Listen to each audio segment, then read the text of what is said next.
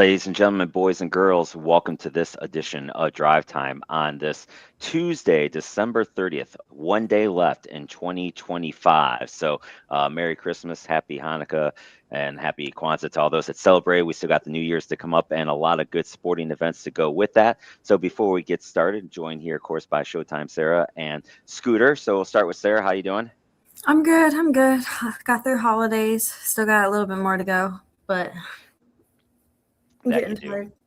tired. Well, I'll let that part be. So, Scooter, how you doing, sir? Happy Ramahanu Kwanzaa to everyone. And as Bill Belichick might say, we're on New Year's. That's right. So we got a big show here lined up here. I'm trying to get here, see if our little thing here is posting up on Facebook so I can do it here a different way, just to get as many people in here as we can.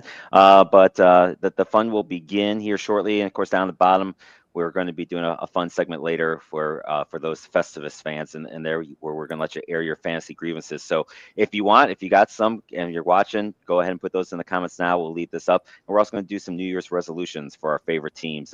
So put yours in the comment. We're hoping to have some good times with this show. But we're going to start this off here with a bit of sad news. I'm hopefully get through this here, okay? But and even before we do that, of course, we're watching live on YouTube and Facebook, but you can, of course, listen to Drive Time while you're driving the next day. You can do that on Spotify, iHeartRadio, Apple Podcasts, Amazon Music, Pocket Cast, Podbean, Castbox, and Odyssey. So basically anywhere, everywhere, you can listen to the show while you're driving. So you can listen to Drive Time while you're driving. I mean, what more can you ask for a good long drive of an hour plus or so, depending on our show days. So just that little reminder, bringing back an old segment, and you'll see this in the, I'm actually wearing the shirt today, which is the cat shirt, which is funny. In the opening bit, which is my very first test show that we did, I was wearing the shirt. Now, had I known that shirt was then going to go on to then be the show pregame, I would have probably worn a different shirt, to be honest with you. But this shirt was a joke that my family gave me for a cat that I had, Chester, who's in the pictures here, for him, because he was my buddy. Like when I started working from home, he basically would be here, and you can see his little thing that he has on here of his full name, Chester J. Tubbington, and his other job as office manager. But of course, not only was he the office manager, he made several different appearances on the show, and my daughter Sarah, of course, she got one of these great pictures of him right there, which is really cool. So, but unfortunately on Friday we had to put Chester down. Just had some kidney issues that developed. So, it's funny because I was thinking about telling KG maybe I could get a new theme song and maybe we can pick something that doesn't have me in the beginning. But now I'm kind of glad that it's there, because every time I wear the shirt and I see the shirt, I think of him, because he would always be right here on my desk when I work. So sadly I had to put the poor guy down, but it's a fun little memory for him. So for Chester, this show is gonna be for you, buddy. So we'll miss having that. He had the loudest purr of any cat I've ever had. So.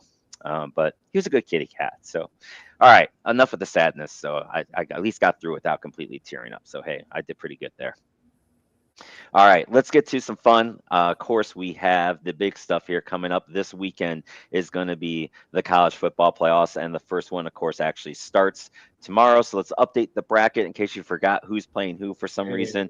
You got the big matchups here. We're down to the quarterfinals, and they do get started tomorrow night on New Year's Eve. We have our first game, which is going to be, of course, Miami against Ohio State in the Cotton Bowl down in Dallas, Texas. Well, whatever it is, wherever Dallas Stadium is, I think. Where's it, Arlington still, or wherever they call that place now? But anyway, the big stadium. So I'm going to save my prediction for last. Sarah, you can go first. What do you think on this one?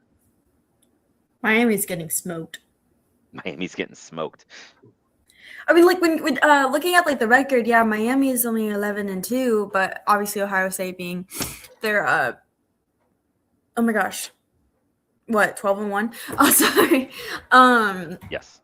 But I mean, the fact that obviously Miami even made it into the playoffs is a whole different story. And then also with them beating Texas A&M. It's a sour subject for me, but Ohio State's got this one. I'm not worried at all.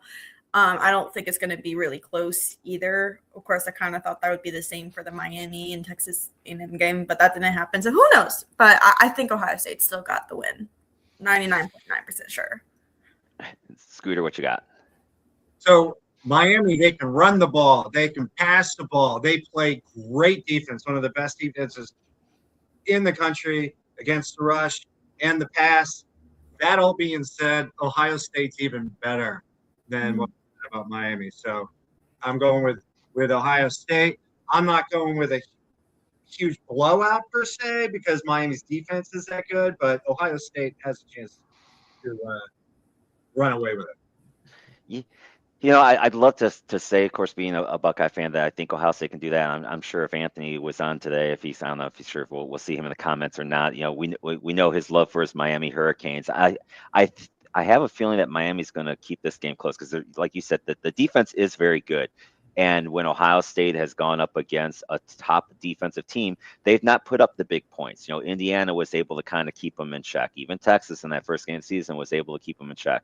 Michigan kept them in check for a half, and then they kind of got to, started pulling away. So the good news for Ohio State fans is that they do have all their weapons. Everyone should be fully healthy for this game, and that defense is just good. So I actually think this game could come under the under. It just, to me, kind of has like maybe a 20-10 type feel because I'm not sure that Miami's going to be able to score.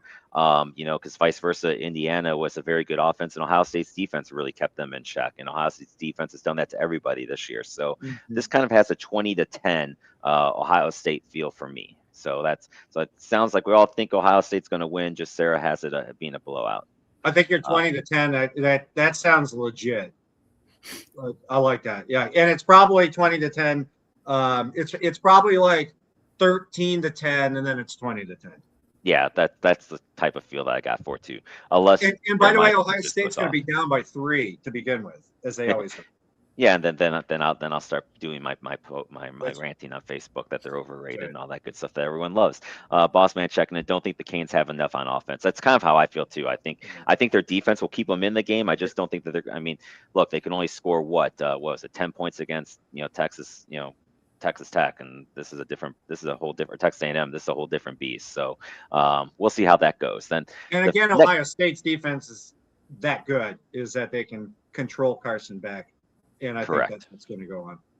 Yep, and I agree with that too. I think that's going to be the key. Is that so I know a lot of people like to see Miami get the revenge from the infamous pass interference call that one year in the championship game, but we'll see. I don't know that's going to happen there. So, all right, then the next game is going to be the Orange Bowl, which will be at noon on New Year's Day. You got number 4 Texas Tech against number 5 Oregon. I know Sarah had something going on there. So, Scooter, we'll start with you. Again, this is another one of those matchups where they're both pretty equal teams. They both are really good in offense, both really good at defense. But I just think Texas Tech is a little better than Oregon. So I'm going with Texas Tech in this one. I think it'll be a real close game, and it may come down to the end. And I do think this is a kind of game that'll be like 43-38. Yeah, I think this one could definitely be high scoring for sure. This one has the over feel to me all day long. Surprisingly, the Big Ten has not lost a bowl game yet this year, and I don't know if this will be the first one. Of course, there'll be other ones that are played on New Year's Day too, where I think they'll probably will get an L, but they've had a really strong bowl showing so far. I'm going to take Oregon. I think Texas Tech has maybe had a little bit of advantage with playing in the Big 12, but we'll see. This is a good matchup for them. I like Oregon, but I do like the shootout. This one kind of has like that 38-35 feel for me. Yeah. All right, Sarah, what do you think? Can you get in before the dogs start barking again? Go for it. I'm rooting for Texas Tech to win this, but I honestly can't tell you who would win this, to be honest. Like, I feel like it's such a toss-up because like Texas Tech has had a great season. Oregon's had probably like just about as great as a season. I can't tell you who would win this. I'm rooting for Texas Tech though. I hope they would pull it off, but like you said, I think this is probably going to be one of the closer ones out of the 4 games we got going on. I agree. Boss man says he's leaning towards Oregon, which that's kind of high. Mine is a lean on Oregon. Then I just want to lean on Texas Tech. Hey, nothing wrong with that. I get it. Next one up will be 4 o'clock. The granddaddy of them all, as rest in peace Keith Jackson would say, the Rose Bowl will be brought to you with number 9 Alabama versus number 1 Indiana. Let's go, Sarah. You can go first on this one. Indiana's, I'm pretty confident on it. Like, we could talk about Alabama making the playoffs over and over again. They got lucky with they got lucky with Oklahoma. But I think this is where their run gives out. Indiana's just way too good of a team. Just everything from their quarterback, Fernando Mendoza, and everything's, the pieces are together, and I don't think Alabama's going to be able to crack it. Scooter, what you got? So Alabama kind of struggles up front on defense. Their back end is good. Their front end is not so much, and they don't really get to the quarterback that much. So Alabama's going to have to do something. They're going to have to change up some of their schemes out in the secondary. But the problem is that Mendoza's so good against scheming in the secondary that he'll just fly around them. So Indiana, this is one of those like 27-17 Indiana games. All right, let's see here. Bossman's got Bama by 10. Wow, that's a big run there for Bama. I'm leaning Indiana on this one. Yeah, I'm leaning Indiana on this one. I mean, this has that feel of one of those games I could see Alabama surprising people and winning. But I think that's going to be dependent on their run game to actually get going, and their run game has not been able to get going the last 2 or 3 weeks. And if you can't run the ball against Indiana, where they can just start feasting on the pass, I don't think that they're going to just. I think it's kind of similar to the Ohio State-Miami game. I don't think Alabama's going to be able to score enough points to stay with Indiana, because Indiana's going to get their 20 to 24. I just don't know if Alabama's going to be able to score more than them, unless they get some turnovers. So I'm sticking with Indiana. I think that they're legit. I think they show that they're legit against Ohio State. And I think Alabama just, if Alabama's running the ball better, I'd be maybe pulling this upset string. I just don't think they're going to be able to run the ball and control the clock. And you need to do that against Indiana. Then the last one coming to you from the Sugar Bowl in lovely New Orleans. We have Ole Miss against Georgia again. You got the SEC Battle Royale here on this one. Let's go, Scooter. Let you go first this time. If you recall last year before the game, there's that terrorist attack that killed several people in the French Quarter. That was horrible, and that they had to postpone the game.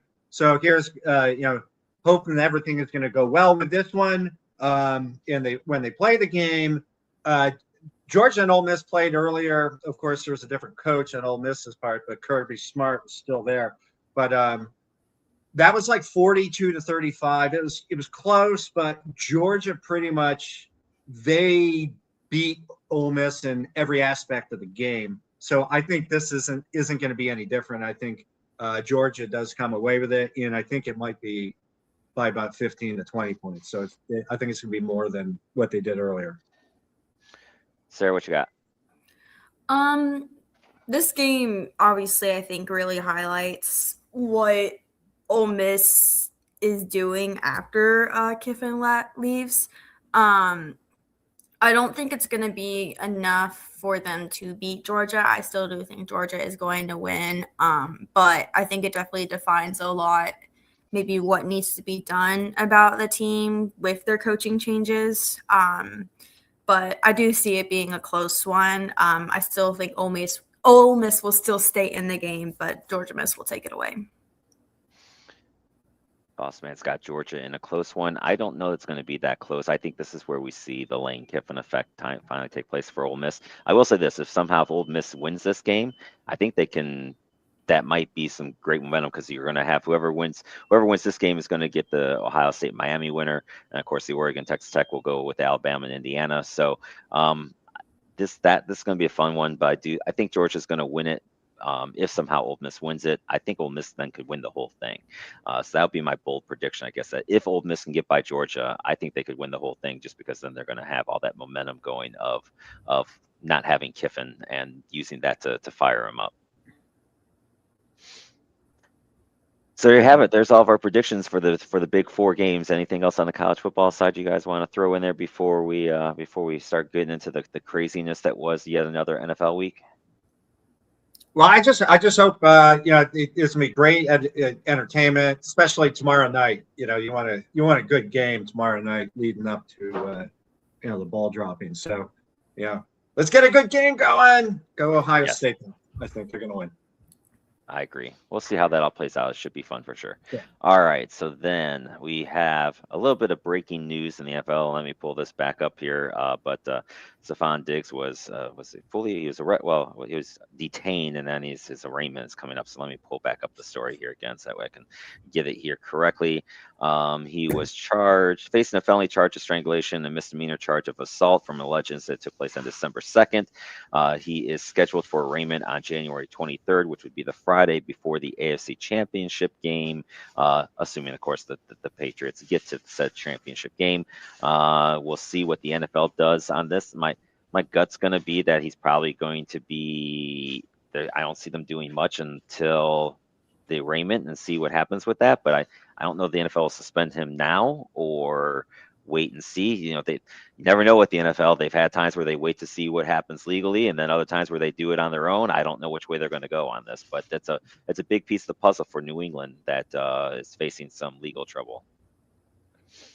By the way, it's not Cardi B. She's not involved. It's in the TMZ report. She has nothing to do with it. It's an in-home chef who is saying that she was assaulted for not being paid, and she argued it. So it's a he said, she said. Apparently, she went to the cops like 10 days later, and she didn't take any pictures of bruising.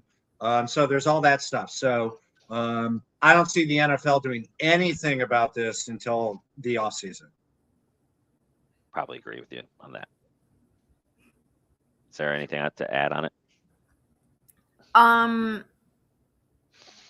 Yeah, I would say probably they would have to wait for the arraignment to get any more information on it. The thing is, trying to look at it in a way of fairness. It just kind of like, I feel like the NFL gives a lot of more players more opportunities with. I don't know. I think you just see a lot of more cases like this in the NFL than other sports, unfortunately. NHL just had its recent toss-up with, the 5 players, which we've already had plenty of a talk about. I would say the fair thing is to not play him. I get he's a star player, but I just look at it and I try to look at things in that kind of perspective with a guilty until proven innocent, just because it's so complicated. It's so complicated, but I would just say not to play him, but I'm aware that probably won't happen. Yep. I think I understand your point of view on it, and I think it's a good point of view. But I think ultimately, at the end of the day, the New England's not going to sit him unless he gets suspended. And I kind of agree with Scooter. I don't think they're going to do anything unless more news comes out where there's something definitive. Then they may have to change their mind on it. But my gut kind of tells me that they'll wait to see what happens and if he actually gets charged or how he pleads and what happens in the court hearing, which will probably be in the offseason for sure. All right, so there were some big games. Of course, we'll start with the one that there were a lot of games that knocked teams out this last week. The first one, of course, happened where Minnesota took out Detroit. Again, one of the biggest conundrums this year is what the hell happened to the Detroit Lions, and does that mean that the assistant coaches meant that much to Campbell? Because it seems like for whatever reason this team just could never get clicking. They lose to a not good Minnesota team, although Minnesota has somehow figured out a way to get to 500, so they're not completely terrible. But they lose and they are out of it. So we have the playoffs with no Detroit Lions in it this year. Any thoughts on this one, guys? I feel like this was supposed to be the other way around. Like Detroit was supposed to be winning 23-10. But I don't know. Minnesota's is Minnesota still in, or did they get out too? No, they're eliminated. Okay, yeah. So I mean, this is just a weird one. Obviously very disappointing for Detroit because I mean they needed to win their next two in order to even make the playoffs at all. So yeah, sucks. But as we can tell, this season is not going how anybody really thought it would. So that is the understatement of the understatement. Scooter, what you got on it? So Max Brosmer is the winning quarterback for Minnesota, and he passed for 51 yards. 51, 5, Right. followed by a 1. 51.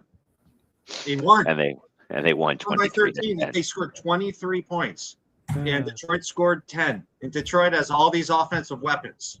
Yeah. So I mean, let's not forget that Minnesota was pretty good last year too. True, I mean, they were good this year, but I mean, their defense and their offense. I mean, they won 13 games that last season. But Detroit losing those two coordinators really did hurt. So the Jets may want to think about not firing their head coach because he's kind of good coach. Yeah. And obviously, we're seeing what the Bears are doing. And I think the owner for the Jets already come out and said that he's safe for next year, so which is good because KG is always his whole thing is that if they ever fired him that he was gonna kind of take to the street. So it looks like that's gonna be safe. I mean, Aaron's a good coach, so we're seeing what's going on. No talent at all on that team. So meanwhile, the Houston Texans just keep on winning. I think this might be the most dangerous team in the AFC, and they took out the Chargers in a big battle for position. It gives them the tiebreaker in most of the tiebreakers for the higher seeds. I mean, they're likely still not going to be able to catch Jacksonville for the title, but for the AFC. What's that one? South, but they're definitely in the playoffs with the win, and the Chargers are obviously still clearly in too. So it was a good game, but Houston pulls this one out 20-16. Scott, I'll let you start on this one. Any yeah, I mean, it's a playoff game. I mean, they're not like there's the loser that loses is out, but it was like a playoff game because these are really two good teams, and they played playoff caliber game. 20-16. There weren't these great offensive stats going on there. I mean, C.J. Stroud did pass for over 51 yards. He actually almost passed for 250 yards, but he had 2 picks also. But these are both really good teams that could go far. We'll see. I agree with that. Sarah, anything on this one? I'm shocked by this one. I know Houston's good, but like I'm still kind of underrating them. I don't know why. I really couldn't tell you why. It's just a gut feeling, but clearly my gut feeling is wrong. So yeah, I thought LA was gonna win this one, but I don't know. I don't know why I'm underrating Houston. It took me a few games, but now I'm on board that bandwagon because that defense is just they just keep showing up week in and week out. For sure. And I think you're also seeing like D'Amico Ryans. He's a really good coach, and he's given this really great. I mean he worked hard to get that opportunity, but that's his team, Houston. That's where he that's where he kind of played all his games, and he's a really good coach, and I'm happy for him because he's a really good guy. Yep, and then the nightcap on the Saturday night, Baltimore destroyed Green Bay. The score I don't think makes it look that close. This was the Derrick Henry show. He ended up rushing for here. I've got the numbers here. It was where'd my numbers go here on him? 216 yards, 4 touchdowns in this game. It basically took Green Bay Green Bay still in the playoffs, but they gave Chicago the division title. This created after the next game that we go over what will be a 1-game play-in battle for the AFC North, and it kept Baltimore's hopes alive. Scott, we'll go with you on this one. You can go next. Yeah, well, first of all, Baltimore Tyler Huntley, the Snoop gets 107 yards passing. So there's another one, with the 216 and 4 by Henry. That's what really does it. But the interesting part is, okay, so Green Bay got killed. They lost this game. They're better than what we saw there. Jordan Love wasn't playing. But we did see something really fun with Malik Willis. He had a passing touchdown. He had almost 300 yards. He led the team on rushes. He has 60 yards rushing, 2 touchdowns, 3 total touchdowns. Kind of seeing what he was back in Liberty. what he did there. And so he's a good quarterback that's learned and he's paid attention to details. So he could be someone on the move next year. That's an interesting pick. Well, there's been some rumors that maybe Green Bay moves Love to a team that needs a quarterback and lets him be the starter too. So we'll see. We'll see how that all plays out in the offseason. That will be interesting to see. I imagine we'll see whenever Love is healthy if they put him back in there or not too. Because well, I would hope Green Bay wouldn't do that because Love is and it's not like he's an injured guy all the time, but Love's a really good quarterback. So I agree. Malik will have to be the guy moving. Yep. Sarah, any thoughts on this one? What is going on this season? We'll talk about, I guess, the games for next week. But Baltimore just keeps me kind of like on a loop. It's like, are we going to be good this week? Or are we going to be bad this week? I don't know where we're going. I don't know where they're going. It's a roller coaster. That's true with Baltimore for sure. Then we had the upset from of Sunday where Cleveland takes out the Pittsburgh Steelers, and what was basically if Pittsburgh won that game, they would have clinched their spot. They struggled to put up points. It seemed like Pittsburgh was more worried about Myles Garrett not getting the sack record against them instead of actually like doing something on offense. So, and not that Cleveland's offense was better, but they did enough to win 13-6 in what was a pretty ugly football game in some cold weather conditions. But this creates, which we'll get to in a little bit here, this creates a winner take all for the AFC North. If Baltimore beats Pittsburgh, they win the division. If Pittsburgh wins, they win the division. So this one was not a good showing for Pittsburgh. Or if you're a Mike Tomlin fan, this is probably cause for concern because if Pittsburgh loses this division, this happens at the end of every year where the fire Tomlin chants will be loud if Baltimore wins this game coming up. But we'll get to that next. What do you got? What do you got on this one here, Scooter? Yeah, well, I mean, come on, Pittsburgh. Yeah, this is what they do. They get over 500, and they just, they don't do anything else. That's it. Don't worry, they're still going to make the playoffs. They're just going to lose the first round. No, but the best thing if they do is that you can't lose a playoff game if you don't make the playoffs, even though you're one game over 500. That's true. Very, very true.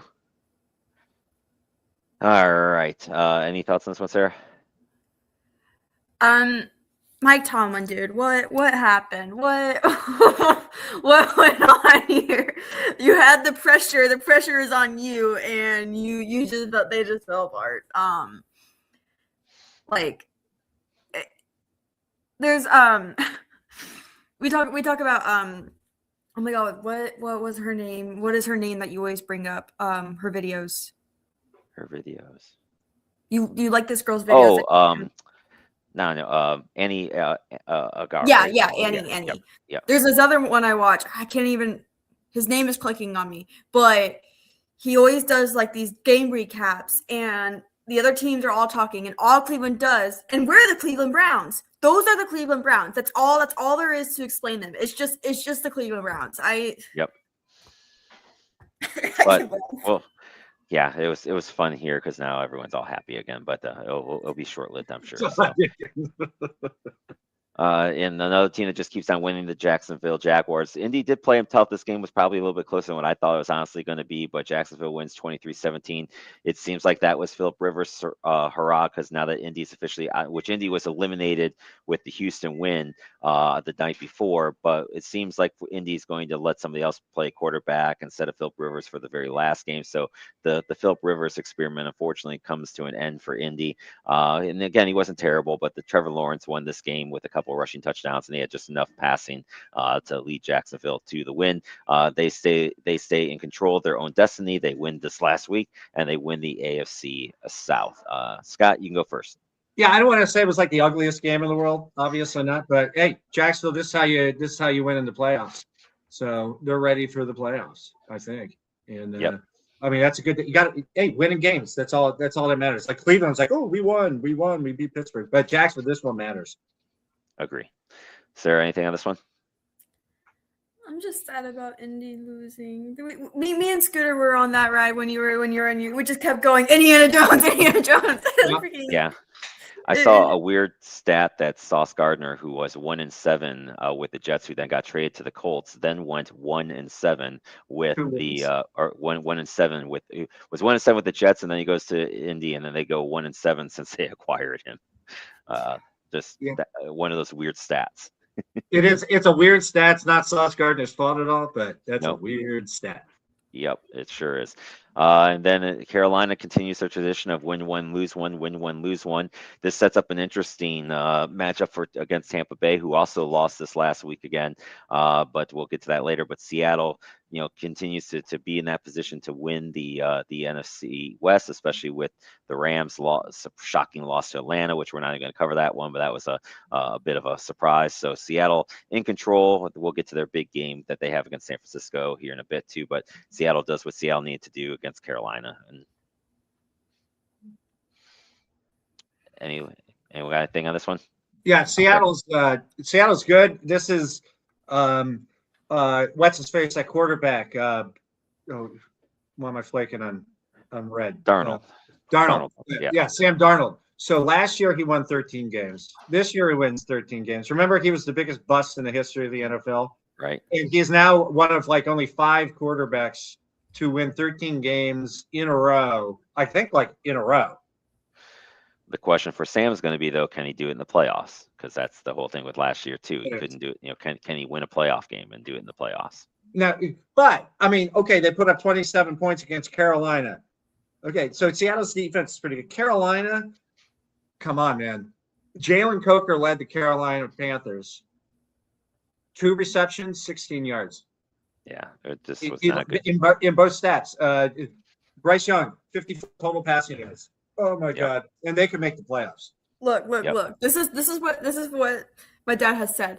Bryce Young, you don't know how he's gonna play. You just take it. You take it how you give it. But I'm just gonna talk about this because this is a team I'm riding with. Tampa Bay also lost to Miami, so we are still in the running. Okay, we're talking about this now, are we? Was that the last one? They could make the playoffs. Yeah.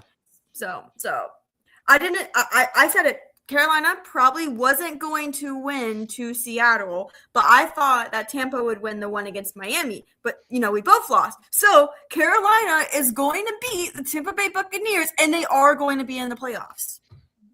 There you go. We've already made your prediction for when we get to that game here in the next slide. But that's okay. I love it. So Ben throwing in here, one of 5 quarterbacks to win 13 games in back-to-back seasons. Yeah, so he is impressive for sure. It's amazing because I never thought about that. Like you'd think, maybe someone did 13 wins 3 seasons in a row, but it doesn't happen much. So nope. And then to me, what was the game of the night or that night? San Francisco takes out Chicago 42-38 in a thriller back and forth game. Chicago's got the ball with a 4th down, or I think it was 4th down as time's expiring. And Caleb runs around, couldn't quite get the receiver open in time. So San Fran wins this game. But I hope these 2 teams play again, and if so, I hope that it is a fun one. Scooter, go ahead. That was a great game. Chicago really they pushed it, even though they didn't really do well rushing the ball too much. I mean, Caleb Williams is amazing, and Brock Purdy was really great too. So it's one of those, like I said earlier, with Jacksonville wins a win, San Francisco wins a win. Chicago, the loss, it stinks, but they're right there. They'll be fine. Yeah, it's a good learning loss too for them. They can still. The lowest then go down. They had a chance to get the 1 seed, which I think that's gone out. They still can get a 2 or 3 seed depending on what they do in the last week and what Philly does. But I agree, they're fine. That they need to win it. But again, it was a fun game. It was a great game to watch. And you do hope that if there's a playoff game, that it comes down to 42-38. That would be cool to watch. Agree. Is there anything else on that one? No, I mean, you guys took my words away. Chicago's going to be fine. It looks like a very fun game. And like you said, if they play together again, it was super close. I assume it'll be just as close. I don't know how it can be more close, but, I'm sure they'll find a way. But I think it'll be pretty fun. I agree. Then you had the game of all games. The New York Giants just absolutely manhandled the Vegas Raiders, 34-10. This was a battle of 2-win teams, and the Raiders made the Giants look like a 10-win team. That's how bad things are going right now in Las Vegas. They shut down Max Crosby. They shut down Brock Bowers for the year. Clearly, the tank is on. I'm not sure about Max Crosby being back next year because he was not very happy with being benched. He then later went on Instagram taking pictures of himself being able to play basketball and jumping on a trampoline, kind of, just so it like I kind of put a joke out to our little feed on all the different hosts that the Raiders are going to screw up the number 1 pick and draft a kicker in the first round because that's just what the Raiders do. But right now, the Raiders are in control of the number 1 pick after this manhandling by the New York Football Giants. Scooter, the Vegas tanking is, they're so good at tanking that General Patton is in his grave being proud of them right now. So, good job, Vegas. But, obviously, the Giants went in there. They said, we're going to go and try to win this game, and we don't care about the draft pick. And good on the Giants for doing that. And, and good on the Vegas for tanking. They can, hopefully their pick works out well. And, something tells me it's going to be a guy from a certain Indiana university. So that's just my guess. That'd be my hope. This is the Raiders in a nutshell. They are a gong show. 100% they are a gong show. That's the Raiders in one sound effect right there. Sarah, you have any thoughts on our poor Raiders? I just think this explains it perfectly. In one of the group chats I had, somebody said, I generally love how much Raiders fans hate the fucking team. Like, he said he's not, like, because he showed a comment, which I could read that too if you want me to. He's like, it's not even mad. They're just saying things how it is. It's just one debacle after another with this team. So we'll say that though maybe for a bit coming up here and a little bit later on. So all right, so that is last week. So if we take a quick look at the standings, really a lot of stuff is in place here. Denver is in control of their own destiny. They have the tiebreaker on New England if they finish tied. Jacksonville, I think, still has a weird chance, but I don't think that they have much of a chance. I think Jacksonville's tiebreaker on Houston too. So really, it's positioning battles will take place this week, but the big game, of course, will be the one between Pittsburgh and Baltimore. That is going to be for the AFC South, and the winners in, losers out. On the NFC side, kind of similar. Seattle right now they have the number 1 seed locked up. Actually, if they beat San Francisco, if San Francisco wins, they get the number 1 seed, and San Francisco would then have home field advantage. And guess where the Super Bowl is at, ladies and gentlemen, this year? It is in San Francisco. So if San Francisco beats Seattle, they would possibly not have to leave San Francisco for another game the rest of the year. Ooh. How about that for a little tidbit, huh? Fun for them. Yes, it is. So that's kind of what we're in. Of course, Carolina and Tampa Bay play. So you have the 3 big games. 2 of them are on Saturday. You have Seattle at San Francisco. Again, a lot on the line for this one. Winner has home field advantage throughout the playoffs. The loser, will get the wild card and have to likely go to the Tampa Bay, Carolina, which that's a whole nother story that we could get into. The fact that a division winner could be under 500 and still get to host a playoff game is crazy to me. But that's a subject for another day. So, Scott, what's your prediction for this one? San Francisco, I think they're the better team. They have the experience. They've been there before, so I think they win this game. If it was in Seattle, that might be a little different, my reaction to it, but I'm going to San Francisco on this. I believe, be a close game, and I don't think it's going to be necessarily an explosive offensive game. Sarah? I'm fighting Scooter on this one. I think Seattle's got it. They're the better team. I get it. San Francisco has the home advantage, but Seattle is the better team. I don't think Seattle cares about home advantage. It's just, I don't even know their away record. But Seattle's got it. Seattle's the better team, just on paper. Like you said, Darnold, I don't know. There's a lot of things, but I think Seattle's got this one. It'll still be close, though, for sure. Yeah, definitely. I think it's going to be a close game. I actually kind Tiebreaker. of, I think I like San Francisco only because it's at home. If it was in Boo. Seattle, I think Seattle would win this one. But Boo. I think the home field might actually help San Francisco on that one. I don't know why I spelled San Francisco the way I did. I just realized I San completely spelled that Francisco. there. Yeah, completely misspelled it. Francisco. Yeah.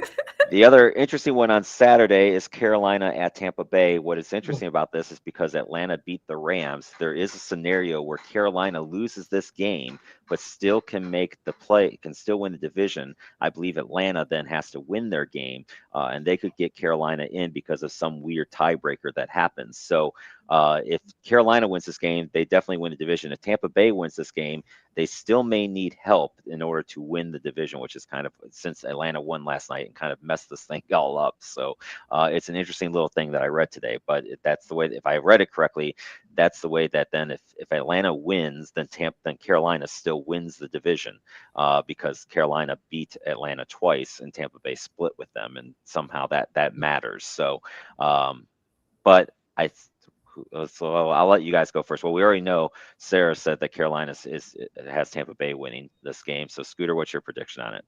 I'm probably going to go with Tampa Bay. I think Carolina's game last week wasn't very good. I think Todd Bowles get the guys going, and it's Carolina's. They're gonna they'll lose a game, but they should be proud. Even if they don't make the playoffs, they should be proud of their season, and they should carry forward. We're not for friends for anymore.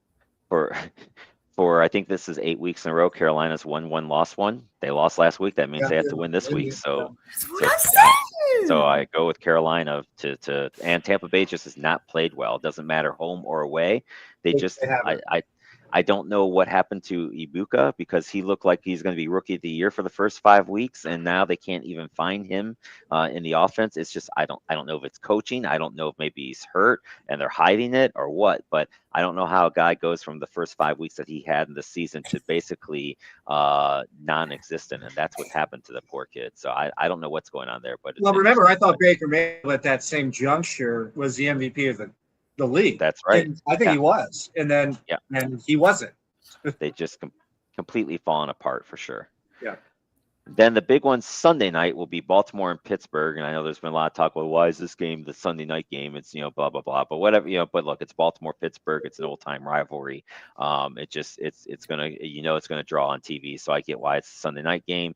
Let's see, Sarah, you can go first on this one.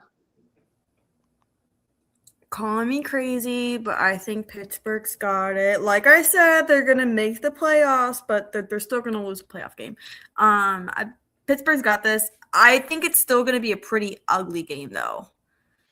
Either ugly, just low scoring, or like ugly, maybe possible blowout. I honestly couldn't tell you. It's just gonna be ugly in some sort of way. And sure, Sunday night, cool, fun, amazing, but I think this one's gonna be one to talk about for sure, but not probably in a good way. Scooter?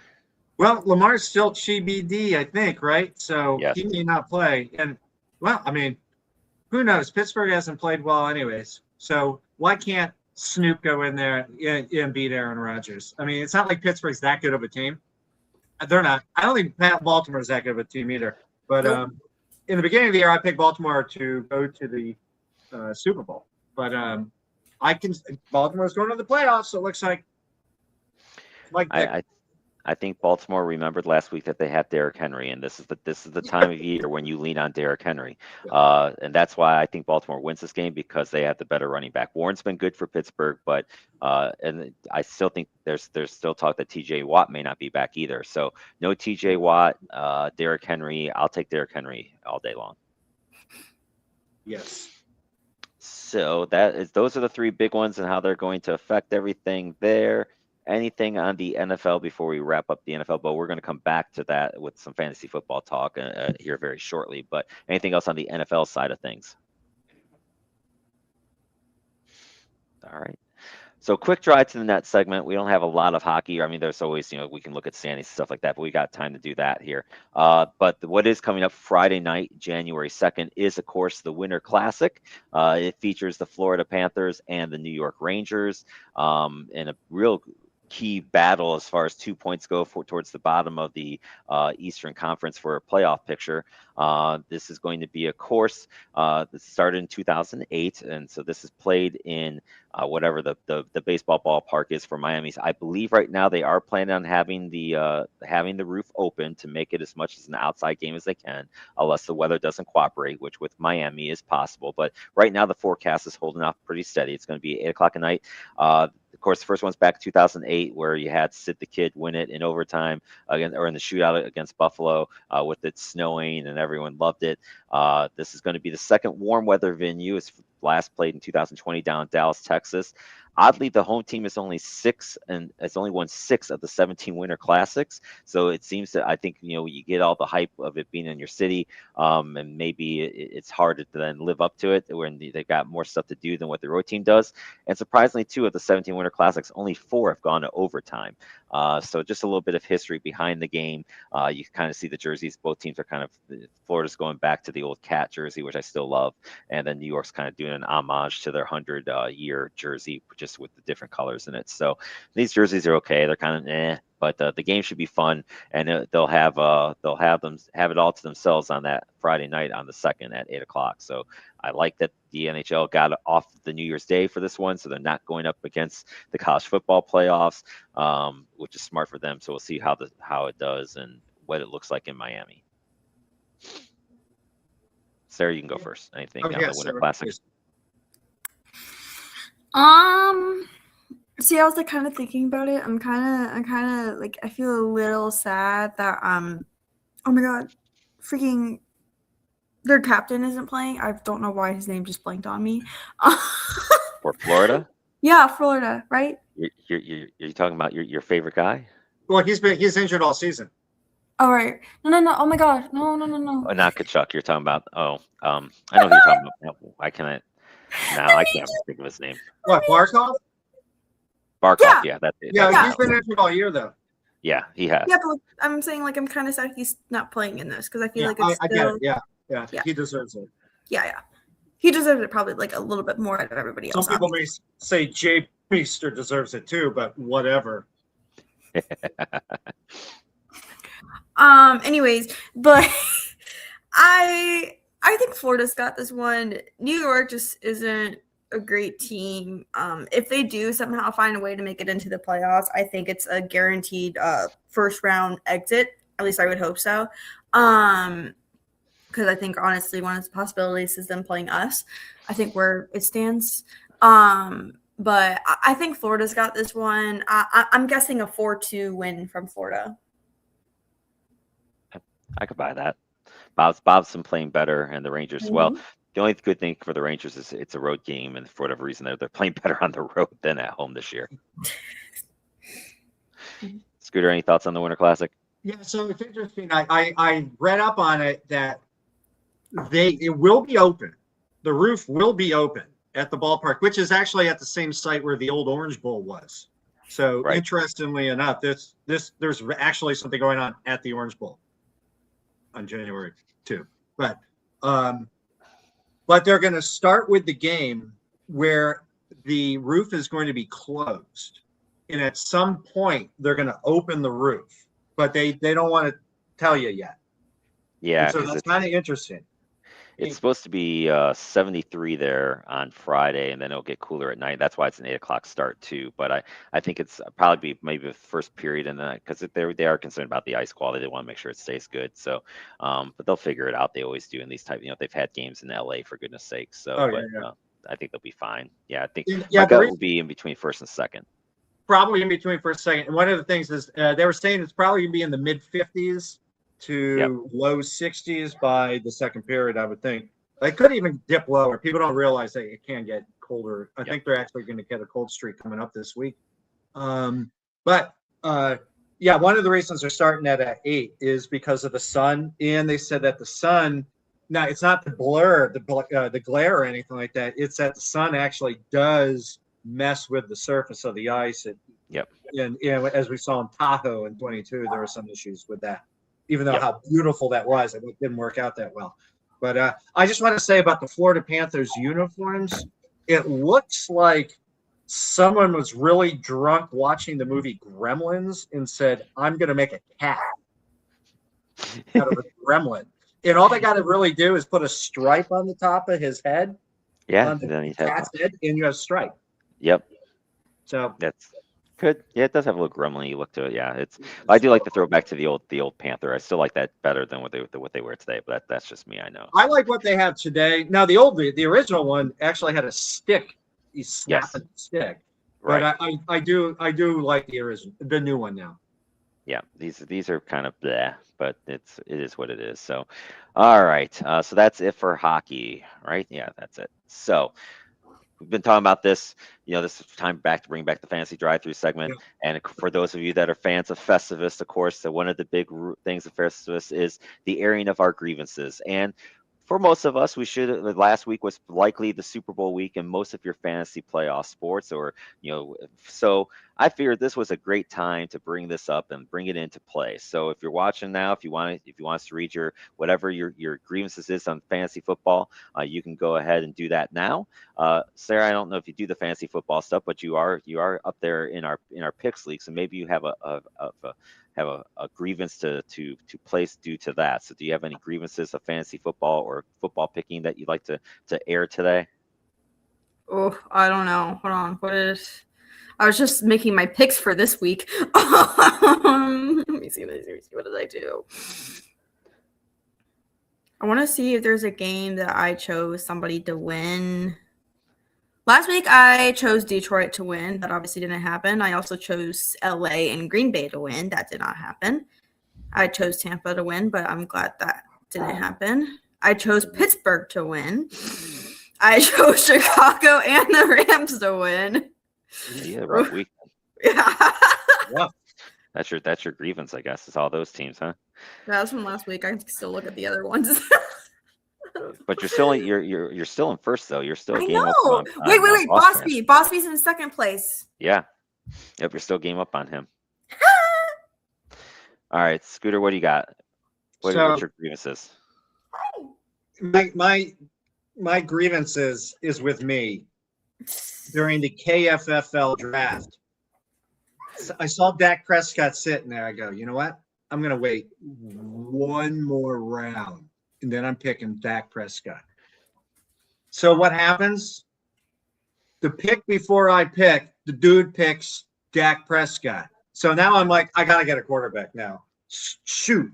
So I picked Kyler Murray, who, if you've been paying attention, he's had a rough season. So my quarterback situation was DOA, dead on arrival. So I blame myself.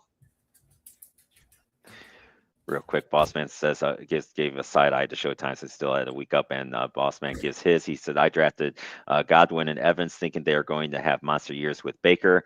Yeah, and of course, Evans got hurt, so that's pretty easy. Mine is the duo of Kenneth Walker and Zach Charbonnet as a good old Midnight Rider likes to call him, because I had Kenneth Walker last year. He was a beast, and I thought for sure he's going to go off again this year. And that didn't happen, except for, of course, the 2 games I didn't play him in. When then they see, I was like, oh yeah, we have this guy Kenneth Walker on our team, but they basically made each other non-playable. And then, of course, last week if I would have played Zach, I would have won the final, but you couldn't. Basically, both of them made each other unplayable in fantasy football, because most of their games would be they get 7-8 carries for 40 yards, and maybe one of them would get a touchdown, but you didn't know who is going to get that touchdown. So that is my Kenneth Walker went from a stud to I don't know what Seattle did with both of these guys, but I'm sure some of that is with how well Darnold played and JSN, but what are you going to do? But yeah, and I took him in both of my leagues. I took Kenneth Walker, and basically I could never play him because I didn't know what they were going to do. So that was. How about a nice bottle of 2019 Charbonnet? There you go. Just in honor of that. So yeah, so that would be mine for sure. Yeah, and if I had to do a second small one, it would be Pete Carroll, because he talked all this stuff about how he's going to go back to old school football and run the ball with Gianti, and Gianti was fine, but again, I couldn't do anything with Gianti either because he just was the Raiders offense was just a complete and total nightmare this year. So I'm going to blame Pete Carroll and the offensive line. So that's my other airing of grievances is the Raiders offensive line just stinks. Let's see here. I think Boss got another one. I accidentally hit the button and wasted a pick on a tight end in the third or fourth round. The screen shifted when the pick came in. I was on the guy I wanted, and it shifted down, and I clicked. Yeah, I think we've all had those, especially like if you're doing one of those like quick time drafts where you've only got like a minute. Those are ones here. Out of bounds checking in. Lamar Jackson sold me out. Yeah, that's I feel your pain on that one because when Lamar plays, he is all world, but when he does not play or he's hurt, it's a tough one, and then you're just stuck. See, Midnight Rider checking in. Jordan Love. See, yeah, and then he's got my Kenneth Walker. Yep, I'm with you on Kenneth Walker because he killed me in both of them. Yeah, just completely made himself. Yeah, I don't know, but that will go on about Kenneth Walker. So there we go. Those are all good ones there for sure. Yeah, because like this week here, I'll just give you the example on my boy Kenneth Walker. He had 7 points last week or in the championship week. The week before that, he had this crazy week where he gets 27, then 2.9, 3.8, 10, 13, 20, 8. Like he just was so inconsistent. And then same thing with Zach. He couldn't play him this week. He scores 27 points this week. And the weeks before that, it was 27, 17, 3, 8, 11, 9, 6, 14. Like just so inconsistent, those two. Let's see. We got some more coming in here. We got a Todd Hawkinson shout out for that. Yeah, I agree with that here too. Out of bounds, George Kittle. Yeah, I mean, at least towards the end here, the last couple of weeks, he was better. You know, if you had him in your playoff rounds, but yeah, early in the season, was there. This is a big one here. Yeah, Justin Jefferson, the guy's been a monster since he entered the league with guys like Cousins and Darnold. But 2025, what a dumpster fire! Played 16 games to 9.1 points per game. No bueno. Yeah, that's a good one. I did not have him on my team, but I know the guy that did in our league, Chip, was very unhappy with Justin Jefferson. It's just really completely crazy of what happened to him, for sure. So, well. There we have it, folks. We've aired out our grievances on those that maybe cost us or didn't cost us in the fantasy football ranks. That was a lot of fun, so I appreciate all the comments in there on this one.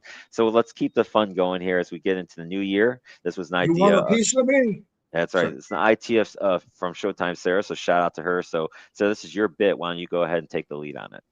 Okay. All right. What team do we start off first, though?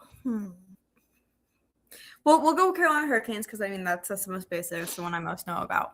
New Year's resolution number 1: trade for our goalie because we didn't. I should have brought it up, but one of our goalies, Pyotr Kochechikov, PK, is out for the season.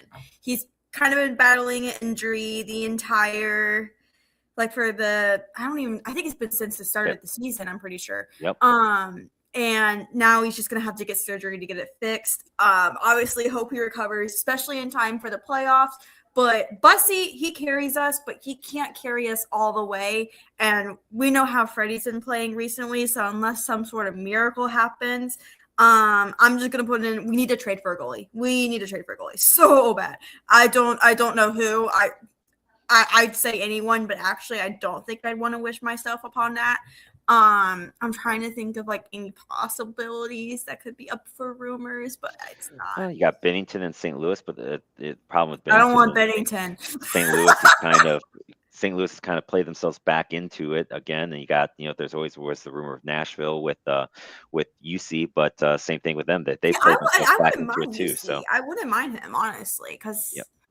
Got the guy in Calgary, but I don't know that really be much of an upgrade. But I don't know. But again, Calgary's back into it too. So we need to figure it out. I mean, we've struggled with injuries. I don't think it's really a resolution to get those fixed with. But it seems like we're trying to keep some guys floating around to deal with the injuries. So I mean, I think as long as we keep doing that, we're fine. I think we just signed some guy off of waivers. I think from he's like a.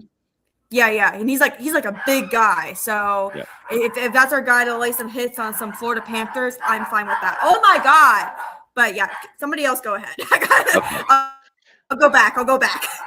Okay. Scott, what do you got? I'm hoping that Dan Quinn, good old Dan Quinn, reverses the hat, gets a little more professional, and makes his guys work really hard and play the part. I know they love him, and it's great to play for the guy, but come on, just a little.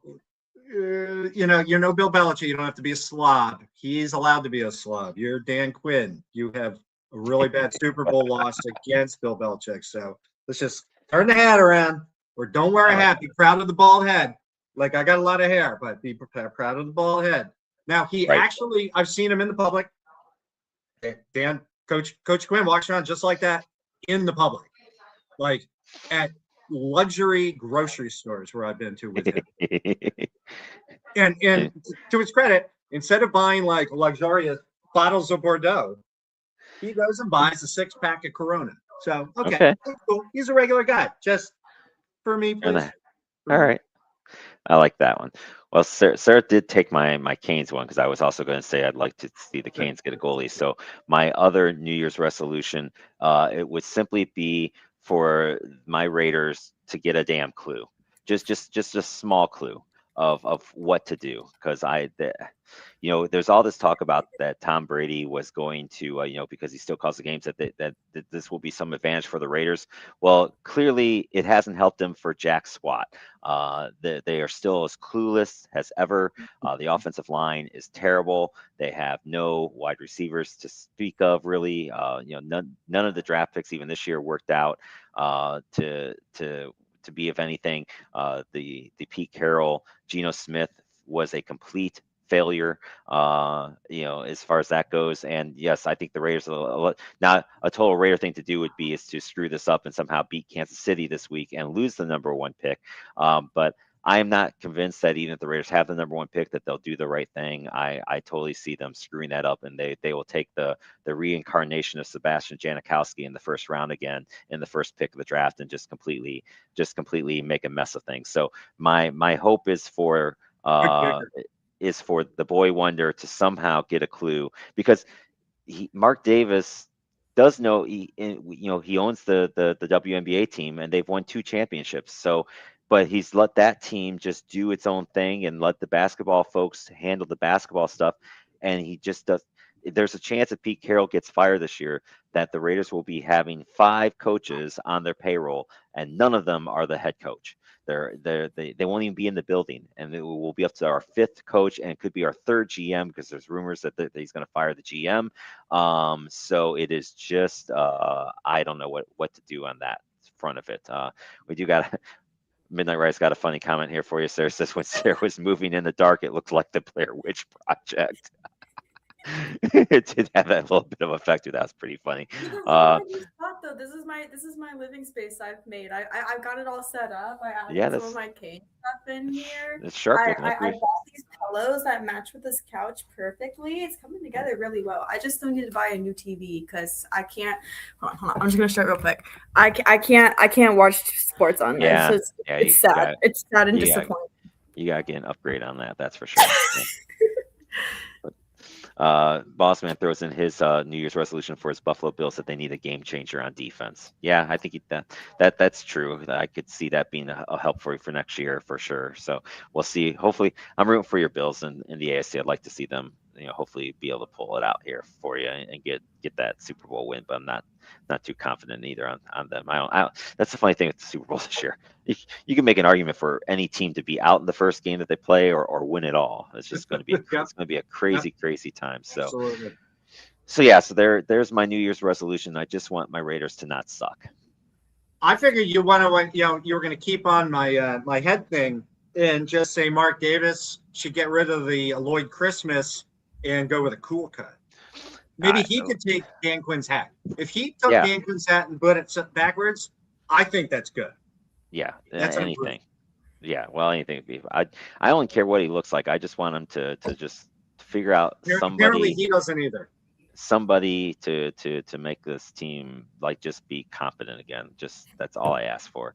I know it's a lot. All right, Sarah, you got any other ones you want to throw out there? Well, I think you pretty much took it away with your rant on Vegas. Um, NC State football, just beat UNC. Just beat UNC. That's all I care about. I can't say much more about how the season we're going to have next year. I did say as long as we're both eligible this year, that's all I care about. So maybe it's some steps up towards greatness. I'm not sure, but as long as we beat UNC this upcoming season, that is all I'm happy with because I think we're playing away too, so it'll be very interesting. But we've won away a couple times, so I'm not too concerned. Just beat UNC. All right. I like it. So let's go ahead here and start wrapping things up here. We will have our show again next Monday, January 5th. It'll be the first show in 2026. For us, we'll recap the quarterfinals in the crazy world of the college football playoffs. It'll be our final week NFL recap, and we'll go ahead and give our wild card round predictions. Plus, we'll see what coaches get fired on that traditional first Monday after the season. So we'll see who has been fired by the time we go on the air. We'll have all that. We're going to do another little bit here too. We're going to give our top five. We're doing 5 of them. Set that plan, Sarah. We're going to do our top 5 for 2025. Yes. All right. So this is a sports wrapped. I'm sure you've heard Spotify wrapped and all that. It's a sports wrap. Top 5 moments. Doesn't have to be from your favorite teams. It could just be anything that you found enjoyable, replayable, etc. Whatever you can think of. Top 5 moments until December 31st, 11:59 p.m. of 2025. Any moment. All right. There you go. So we'll do that on next week. It could include the Miami Hurricanes, by the way. You could put the game on there. Yeah, I mean, if it ends before midnight. I mean, you never know. That's right. We could have it.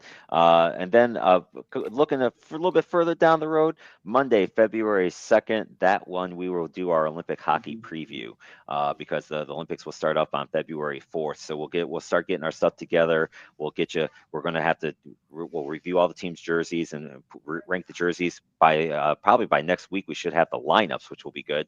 We'll see who made all the rosters and stuff, go over the rosters, go over the schedule, and we'll make our predictions for who's going to win gold, silver, and bronze. So that will be coming up in early February. And then eventually I'm going to do the whole legalized gambling thing too, but I'm going to save that for when we've got a little less stuff going on because I've got to prepare. $5 you never get to it. Yeah. Well done there. So that's what's coming up here down the road. Of course, again, we'll mention one more time, you can watch all of our shows live on YouTube and Facebook. Then you can listen to it next day on Spotify, iHeartRadio, Apple Podcasts, Amazon Music, Pocket Cast, Podbean, Castbox, and Odyssey. So you can listen to Drive Time while you're driving. And coming up tonight at here about 6:30. So we got to get flying here because we have Unapologetic Sports will be up at 6:30 with the guys, and then Tuesday night flight will be on around 7:45, and then you got the rest of the lineup coming up this week here as well. Nothing but net in the passenger seat. Thursday night throwdown. I'm not sure if we'll have a gridiron or not on Saturday. I'm not sure how far they are along, and I think the WrestleManiacs are off this week still too. And then the Sunday morning rise will get you ready for all the games coming up this weekend too with their picks on the nickels. So. A lot of good stuff coming up here on the old network. So, Sarah, anything you want to add before we say bye-bye? What was it? There was something that you're talking about in the upcoming. So funny. I think it happened with the Detroit game and the Carolina game with hockey. There was this little iconic Stormy, the mascot. He was doing this little thing where he said the Olympic rink is 3.5 feet shorter, but then he did the iconic "It's okay, size doesn't matter" joke. I just think that's important to note that. Okay. All right, Scooter, what you got? Well, I just want to say there's a lot of guys and gals on the networks that like Coach Powell and the gentleman, our good friend Gentleman Jack, that they talk a lot about high school sports and college sports that not that we talk about much. And locally around here, some of you may know we lost a state trooper, a Delaware state trooper named Ty Snook, and Ty was 34 years old. He was killed 2 days before Christmas by a gunman. Gunman was then killed also by responding police. Ty was a state champion wrestler in Delaware. Went to St. Mark's, which is, it's a Joe Montana throw away from here. He went there, then enrolled into the University of Maryland. So for 4 years he was a Terp, and he was an NCAA wrestler for the Terps. So our heart goes out to him, his family, the Delaware State Troopers, and definitely also the University of Maryland, because they lost a good one. Well said, Scooter. Well said. I'll just end with, of course, we all know tomorrow is New Year's Eve. So if you're going to go out and partake in beverages, please, please, please, do not drive drunk. Too many bad accidents happen on this night. That's one of the big reasons why I just stay put. So please be safe. Do not drink and drive. What are you doing down there? It'll be a good one. You got all the props ready today. You had the Chardonnay ready to go. You had the glasses of beer and wine. Yeah. From Hugh himself. Oh boy. You got it. Oh, that's too crazy. So, but anyway, so as I was saying, just be safe out there if you're traveling tomorrow and on New Year's Day. Hopefully, y'all enjoy the football games that will be going on all day and stuff, and then the Winter Classic on that Friday. So a lot of sports to look forward to. So as I say at the end of every show, please make sure you hug your loved ones, tell them that you love them, because tomorrow is not guaranteed. But hopefully, you guys will all be back here with us next week. Appreciate all the comments and and then everyone enjoying the airing of grievances. If you missed the show, still put them out there in the comments. Love to see who you got out there. So until then, though, everyone, take care. We'll see you next Monday. There you go. Got the Dan Quinn hat on for the end. I love it.